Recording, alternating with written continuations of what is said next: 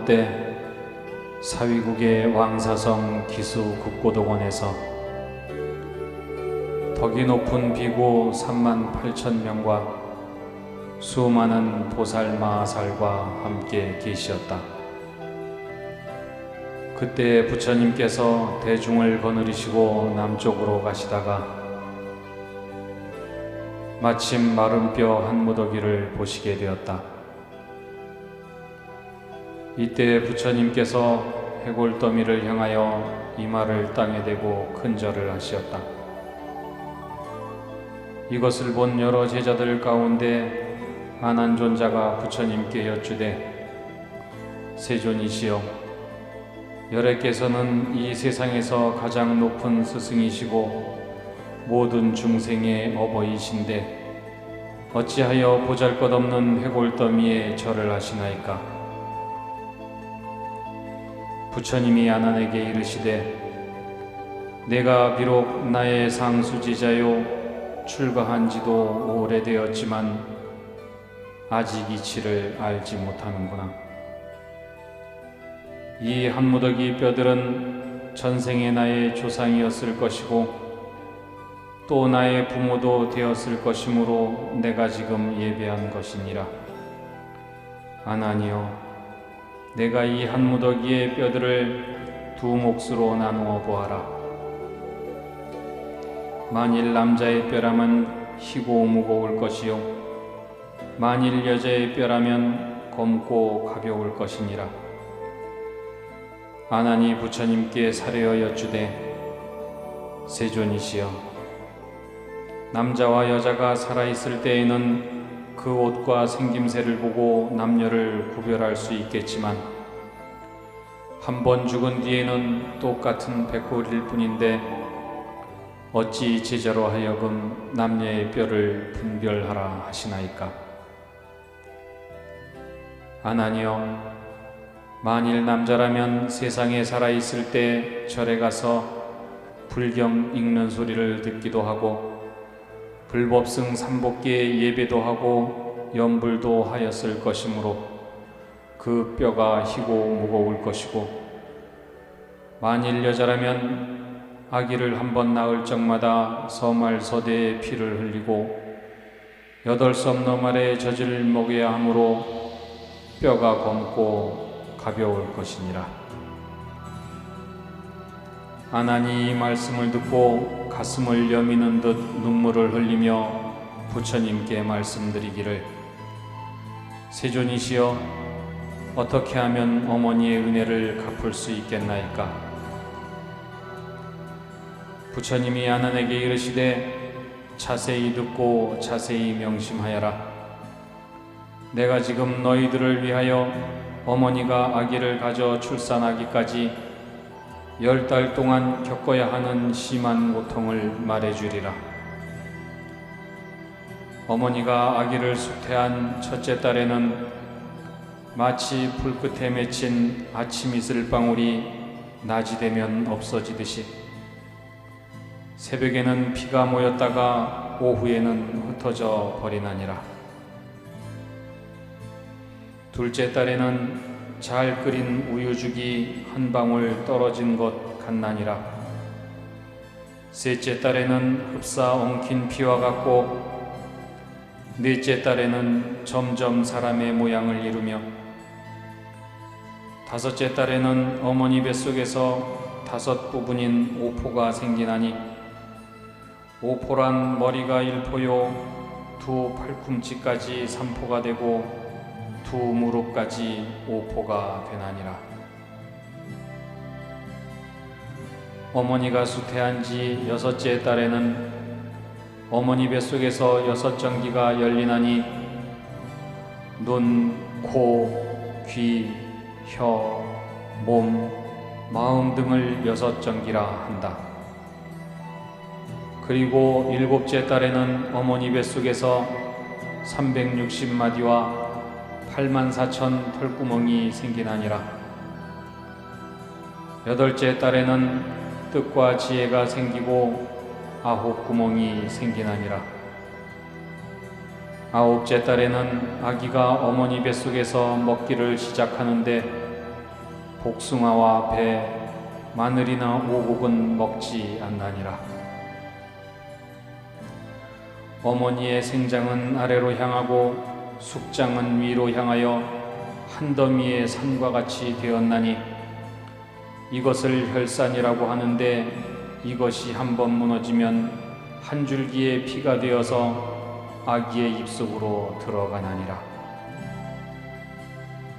어머니가 아기를 수태한 지 10째 달에는 마침내 아기를 낳게 되는데 그 아기가 만일 부모에게 효도하는 착한 사람이라면 두 손을 모으고 나오면서 어머니를 괴롭히지 않지만 만일 착하지 못할 자식이라면 어머니의 태를 깨뜨리거나 다리로 어머니의 골반뼈를 다치기도 하여 어머니로 하여금 1000개의 칼로 찌르는 듯 10,000개의 창으로 가슴을 쑤시는 듯 하나니라.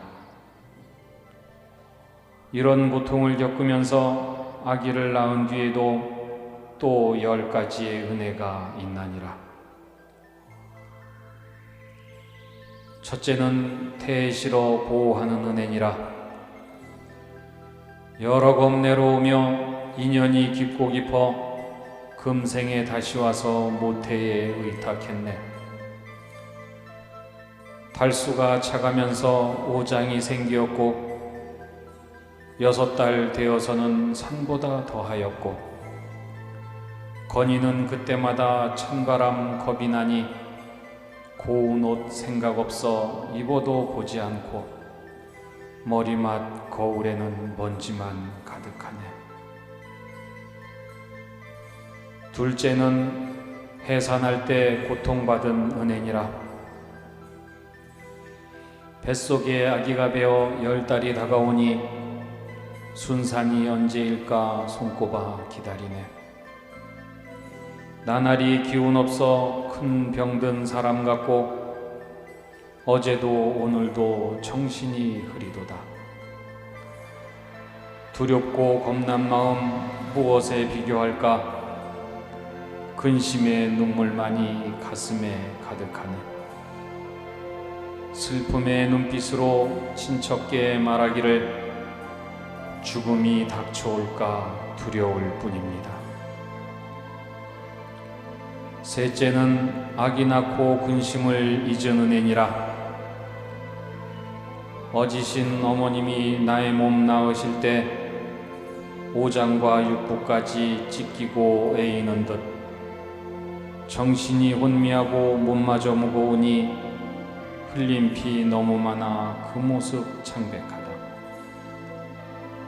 아기가 건강하다 위로의 말 들으시면 반갑고 기쁜 마음 견줄 데 없지만은 기쁨이 지난 뒤엔 슬픔만 다시 나며 아프고 괴로움은 온몸에 사무치네.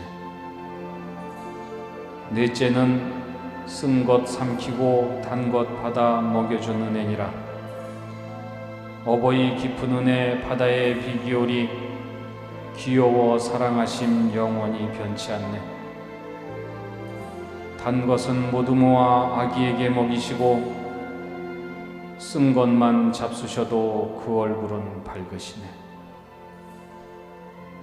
사랑이 깊으시니 아기 위함 밤낮 없고 은혜가 높으심에 슬픔이 몇 곱일세. 어머니 일편단심 아기 배 불리고자 며칠을 굶으신들 그 어찌 마다하랴. 다섯째는 마른 자리 악인이고 젖은 대로 눕는 은혜니라. 어머니 당신 몸이 100번이 젖더라도 아기는 어느 때나 마른 데 누이시며 두 젖을 먹이어서 아기 배 불리시고 찬바람 쏘일세라 소매로 가리우네. 아기를 돌보느라 잠 한 번 편히 자랴 두둥실 둥게둥게 안아서 놀리시니 아기만 편하다면 무엇인들 사양하며 어머니 그 몸이야 고된들 어떠하랴. 여섯째는 젖 먹여 양육하시는 애니라. 어머님 크신 은혜 땅에다 견주리까. 아버님 높은 언덕 하늘에 비기리까.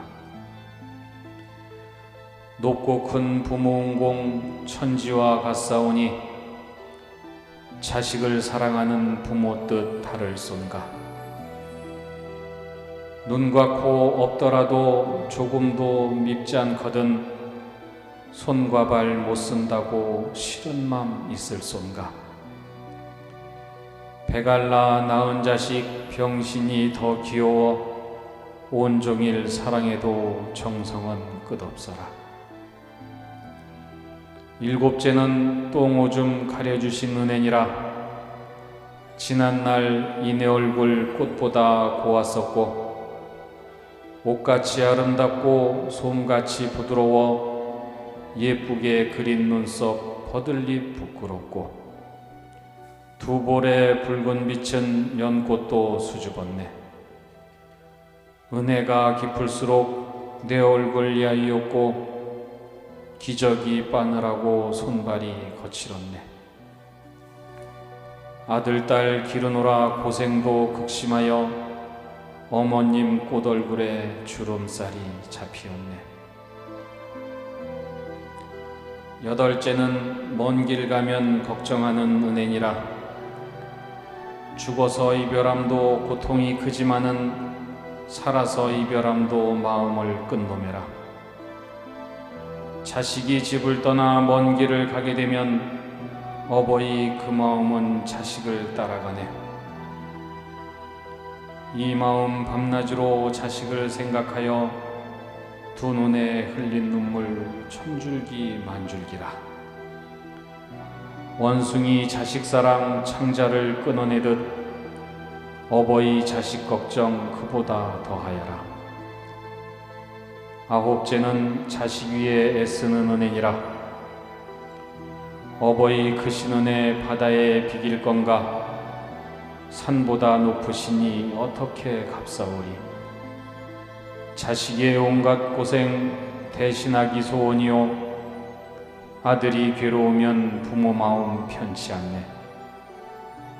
아들 딸 길을 떠나 먼 길을 가게 되면 밤이면 추울세라 낮이면 주릴세라. 자식들 잠시라도 고통을 받게 되면 어버이 근심 걱정 하루가 상추로다. 열째는 끝까지 사랑하시는 은혜니라. 아버님 어머님의 그 은혜 어떠한가. 자식을 생각하심 참신들 쉬오리까.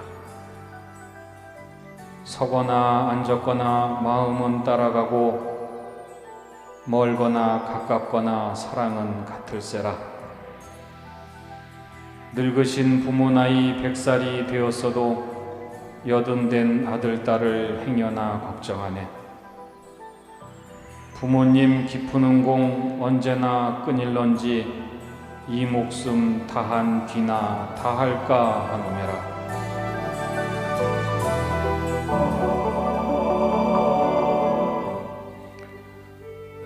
부처님이 아난에게 말씀하시되 내가 이 세상의 중생들을 보니 비록 사람의 얼굴을 가졌으나 그 마음과 행동이 어리석어서 부모의 큰 은혜를 알지 못하고 공경하는 마음을 내지 않으며 은혜를 저버리고 착한 마음이 없어서 효도하지 않고 또한 의리도 없느니라. 어머니가 아기를 뵌 지 10달 동안에는 일어나고 앉음이 편치 못하여 무거운 짐을 진 것 같고 음식을 소화하지 못해 오랜 병을 앓은 사람 같으며 10달이 되어서 분만할 때에는 몹시 심한 고통을 받으면서도 자칫 잘못하면 아기가 죽게 될까 두려워하며 양이라도 잡은 듯 피를 흘려 자리를 적시었느니라. 이러한 고통을 받으면서도 이 몸을 낳은 후에는 쓴 것을 삼키고 단 것은 뱉어 먹이며 업어서 기르고 더러운 똥오줌을 받아내면서 부정한 것을 빨래하되 귀찮다 않으시며 덥고 추운 것을 참으면서 그 많은 고생을 싫어하지 아니하며 마른 데는 아기를 누이고 젖은 데서는 어머니가 자며 3년 동안 젖을 먹여서 아기가 자라나면 학문과 예절을 가르쳐 시집장가들이고 벼슬도 시키고 직업도 구해주며 힘들게 가르치고 애써 기르는 일이 끝나더라도 사랑은 끝났다고 말하지 않느니라. 그 자식이 다 큰 뒤에는 부모의 헐벗고 배고픔은 아랑곳하지 않고 아침 저녁이나 주하로 보름으로 봉양할 것은 꿈에도 생각지 않으며 부모가 연세 들어 수척해지고 기운이 없어 보이면 남이 볼까 부끄럽다고 멸시와 구박이 자심하며 아버지와 어머니가 홀로 되어 외딴 방에 홀로 있으면 마치 남의 늙은이가 나그네로 와서 의지에 있는 것 같이 생각하며 방을 치우거나 마루를 닦는 일도 없고 한 번도 살피거나 문 안 들이는 일이 없으며 방이 차고 더러웠거나 옷 입고 밥 먹는 것들을 아는 체 하지 않으며 그리하여 부모로 하여금 밤낮으로 슬프게 하느니라. 혹 맛있는 음식을 보면 싸가지고 돌아와서 부모에게 들어야 할 터인데 남들이 비웃는다 하여 부끄럽게 여기면서도 좋은 음식을 가져다가 처자식 먹일 때에는 체면도 없이 비루한 짓을 저지르며 제 아내나 족과 약속한 것은 꼭꼭 지키면서도 어버이의 말씀과 부탁은 조금도 어렵게 생각지 않느니라.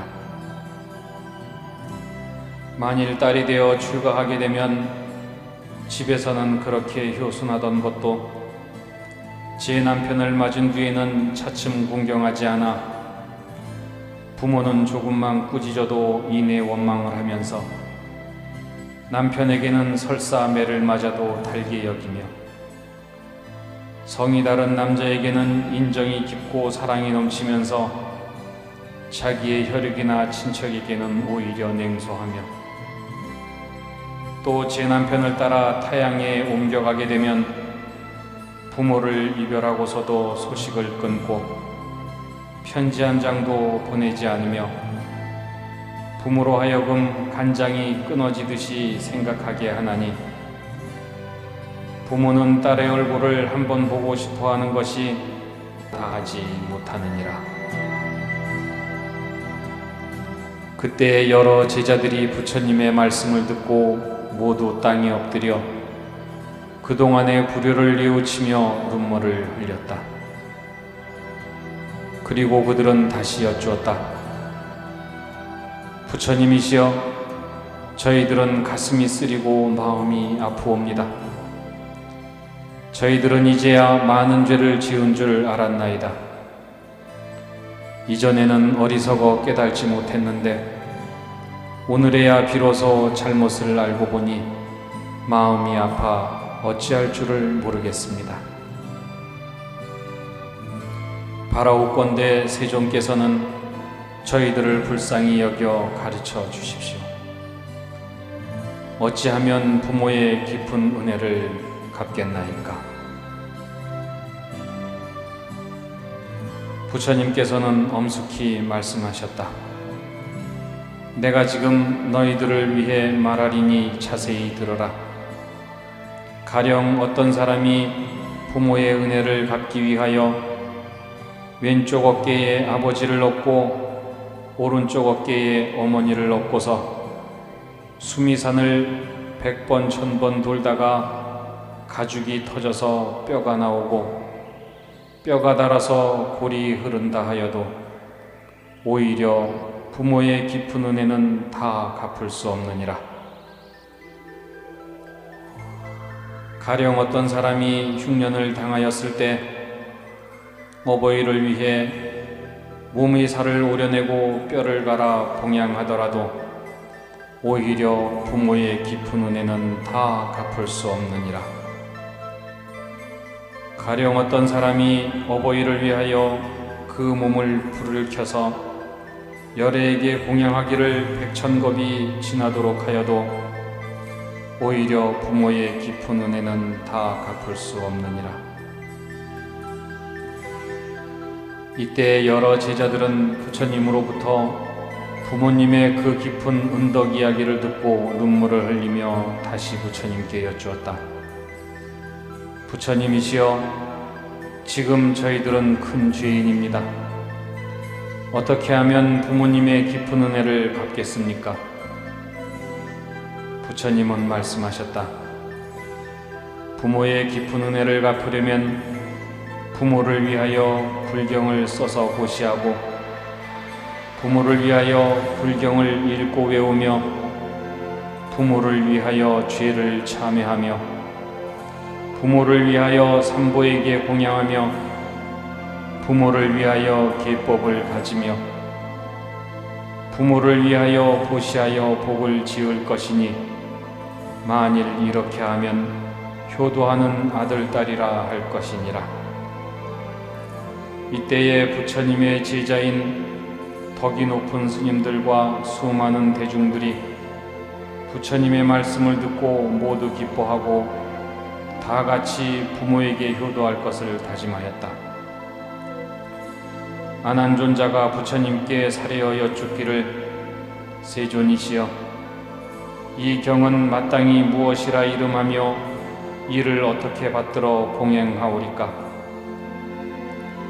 부처님이 아난에게 이르시되, 이 경은 크게 부모의 은혜를 갚는 경이니 불설 대부모 운중경이라 하라.